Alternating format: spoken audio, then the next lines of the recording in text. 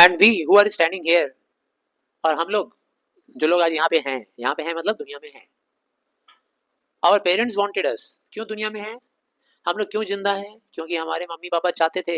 सोचो, we are lucky enough कि आज हम लोग दुनिया में हैं। अगर हमारे पेरेंट्स भी हमको नहीं चाहे होते तो हम लोग भी नहीं होते आज। We would not be here if our parents would do that to us. Our children we want them. अब हमारे बच्चों की बात कर लो तो हम लोग उन बच्चों को चाहते हैं, we love them. But what of the millions? हमारे बच्चे भी हमारे साथ हैं क्योंकि हम लोग उनको चाहते हैं, इसलिए जन्म दिए। लेकिन उन मिलियंस एंड मिलियंस ऑफ बच्चों का क्या है, लाखों लाखों बच्चों का, जो लोग अबॉर्ट कर दिए जाते हैं। Many people are very very concerned with the children in India, with the children in Africa, where quite a number die, maybe of malnutrition, of hunger and so on, but millions are dying deliberately by the will of the mother. Mother Teresa यहाँ पे बात कर रही है उन millions and millions of बच्चों का जो संसार भर में मर जाते हैं हर साल, छोटे छोटे बच्चे। उनके मरने के कई वजह होते हैं। कुछ वजह तो भूख है, मेल न्यूट्रिशन है, खाना खा रहे हैं उसमें बॉडी को प्रॉपर पोषण नहीं मिल रहा है, न्यूट्रिशन प्रॉपर नहीं मिल रहा है, उसको बोलते हैं मेल न्यूट्रिशन।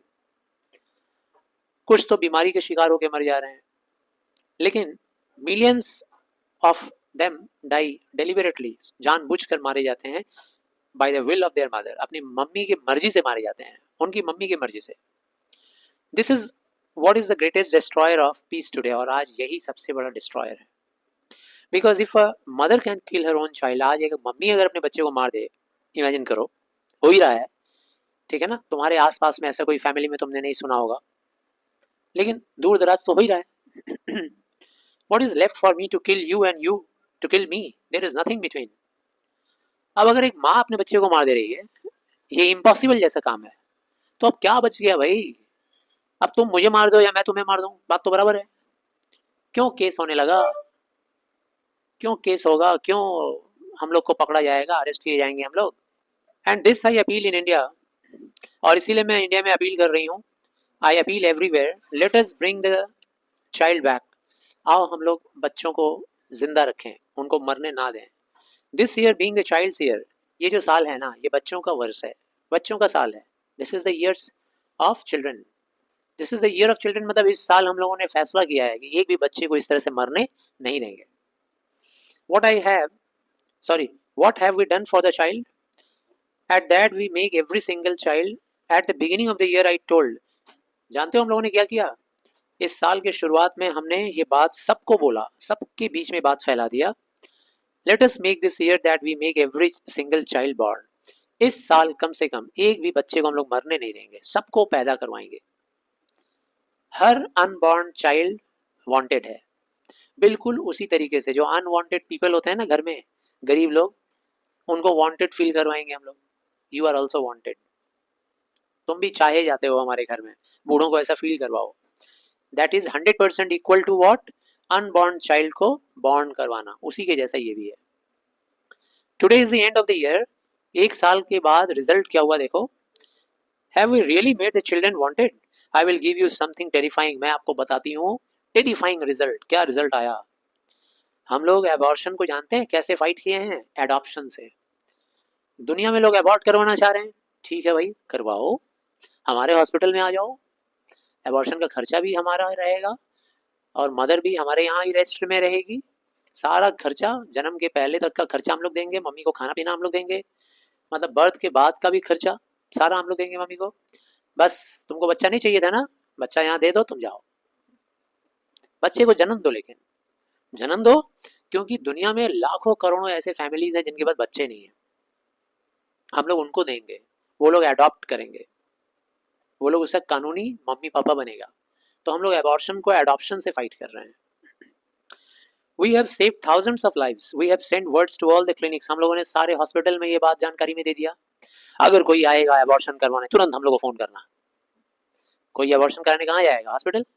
तो हम लोगों ने क्लिनिक्स में ये बात फैला दिया, हॉस्पिटल्स में फैला दिया, पुलिस स्टेशन में भी बात को फैला दिया कि अगर कोई एबॉर्शन केस आए तुरंत हमारे पास भेजो, please don't destroy the child, please please मत मारो बच्चे को, we will take the child, हम लोग बच्चे को ले लेंगे।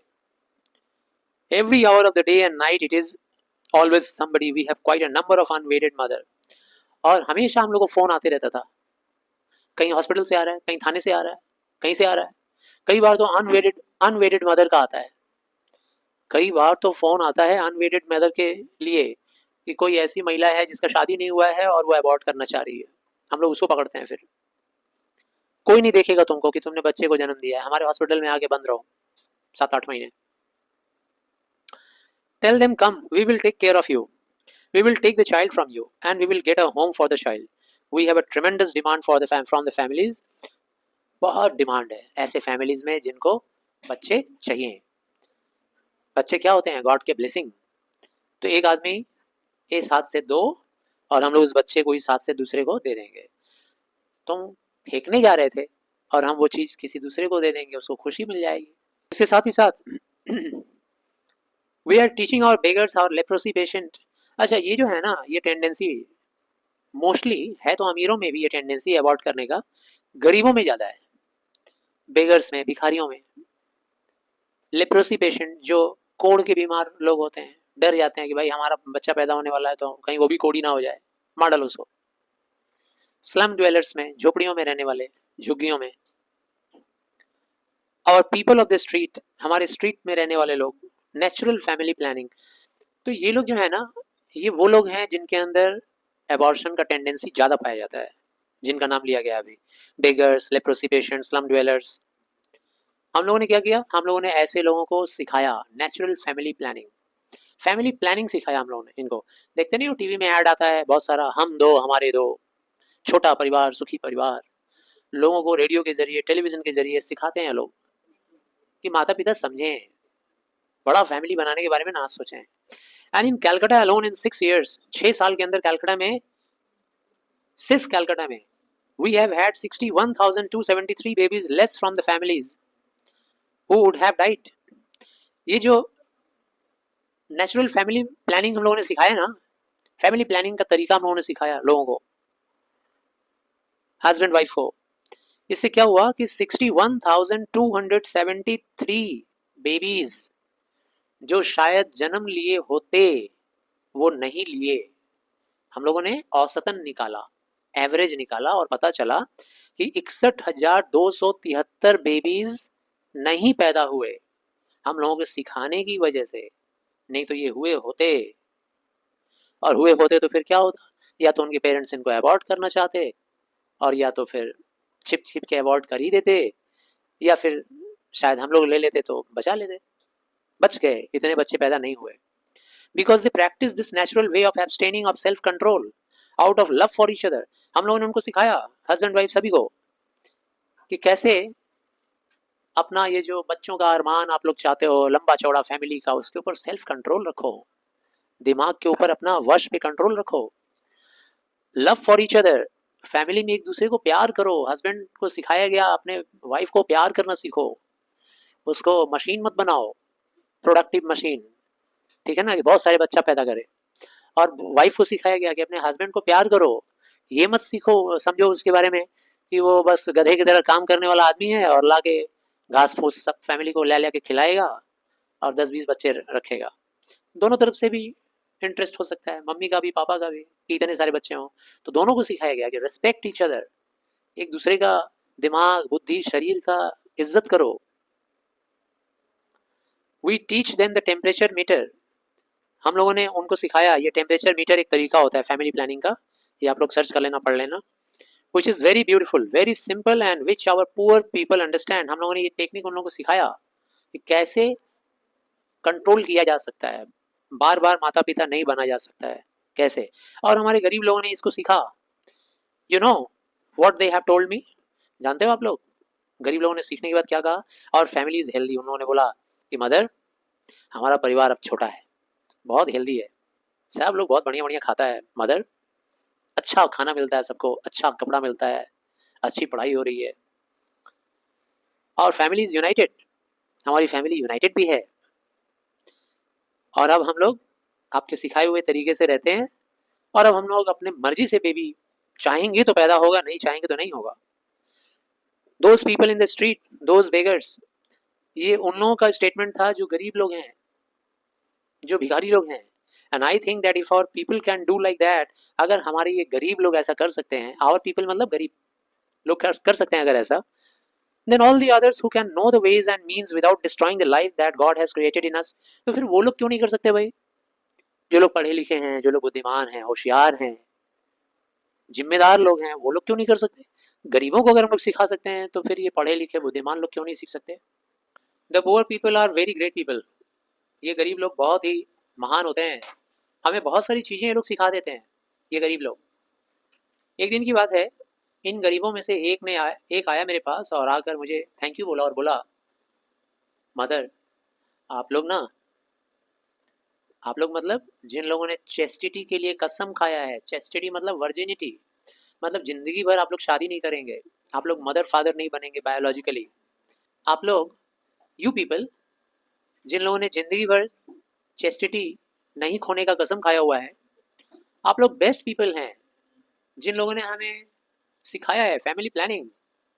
उनमें से एक ने आगे कहा, because it is nothing more than self control out of love for each other.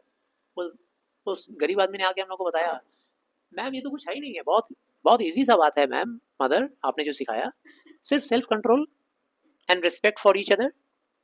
And I think they said a beautiful sentence, बहुत अच्छी बात बोला वो।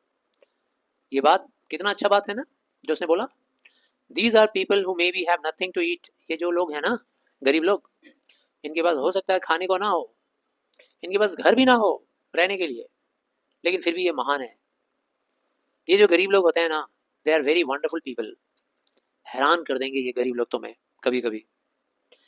एक शाम की बात है, हम लोग गए बाहर, हम लोग मतलब मैं और मेरे सिस्टर्स, हम लोग बाहर गए थे अपने मिशन से, मतलब अपने होम से, जहाँ हम लोग का हॉली मिशन हम लोग कैरी आउट करते हैं, वहाँ से गए बाहर। तो हम लोगों ने देखा कि रास्ते में 4 लोगों को हम लोगों ने स्ट्रीट से पिक किया, 4 बहुत ही बीमार लोगों को हम लोगों ने पिक किया।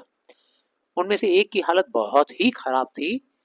मैंने अपने सिस्टर्स को बोला कि तुम लोग बाकी के 3 को केयर करो, एक को मैं लेती हूँ केयर करने के लिए, जो सबसे ख़राब कंडीशन में है वो मैं ले लेती हूँ, उसका केयर मैं करूँगी। और फिर वो जो चौथी थी ना, जो बहुत ही ख़राब कंडीशन में थी, उसको हमने बहुत केयर किया, हर चीज़ किया, बहुत प्यार किया, मरने वाले कंडीशन में थे।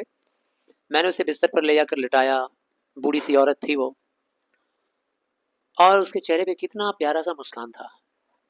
She took hold of my hand, मरते मरते उसने मेरे हाथ को पकड़ा, और हाथ को पकड़ा और मुस्कुराया, मुस्कुरा कर उसने एक वर्ड बोला, थैंक यू, और बोलकर मर गई। ये बात हमें क्यों बता रही है वो लेक्चर में? ये दिखाना चाह रही है कि ये गरीब लोग बहुत महान लोग होते हैं और ये हमें बहुत कुछ सिखाते हैं। अब देखो, इससे हम लोग को सीखने को मिला ना कि अगर आप प्यार करोगे तो आपको रिवॉर्ड में भी प्यार मिलेगा। हमने उसको कितना केयर किया और वो मरने के टाइम में मुस्कुराई, और मुस्कुरा कर थैंक यू बोलकर मरी, कोई शिकायत नहीं, कोई गिला नहीं, स्वर्ग में जाएगी। और वही हम नहीं उठाए होते तो करा करा कर, तड़प तड़प कर, और लोगों को गालियां देके, श्राप देके मर रही होती। दुनिया वालों ने हमको थोड़ा भी केयर नहीं किया। I could not help but examine my conscience. मैंने अपने आत्मा को थोड़ा इधर उधर अपसेट किया, एग्जामिन करने का कोशिश किया। मैंने अपने आप से पूछा कि अगर मैं उसकी जगह पे होती तो मैं क्या कहती। मैं शायद ये कहती, मेरा आंसर शायद ये होता कि सबसे पहले तो मैं मेरे आसपास के लोगों का अटेंशन अपनी तरफ खींचती, प्लीज़ थोड़ा मेरी तरफ ध्यान दो, प्लीज़ मेरे सिर पे हाथ रखो। शायद मैं ये कहती कि मैं भूखी हूँ, थोड़ा मुझे खाना खिला दो। शायद मैं ये कहती कि मैं मर रही हूँ, मुझे प्यास लगी है, पानी पिला दो। मुझे ठंड लग रही है, मुझे तकलीफ हो रहा है, मेरे हाथ पैर में, शरीर में दर्द है, या कोई शिकायत करती मैं शायद। लेकिन उसने ऐसा नहीं किया, उसने बस थैंक यू बोला और मुस्कुराई और मर गई। She gave me her grateful love. उसने अपना प्यार दिया मुझे मरते मरते, चेहरे पे मुस्कान लेकर मरी।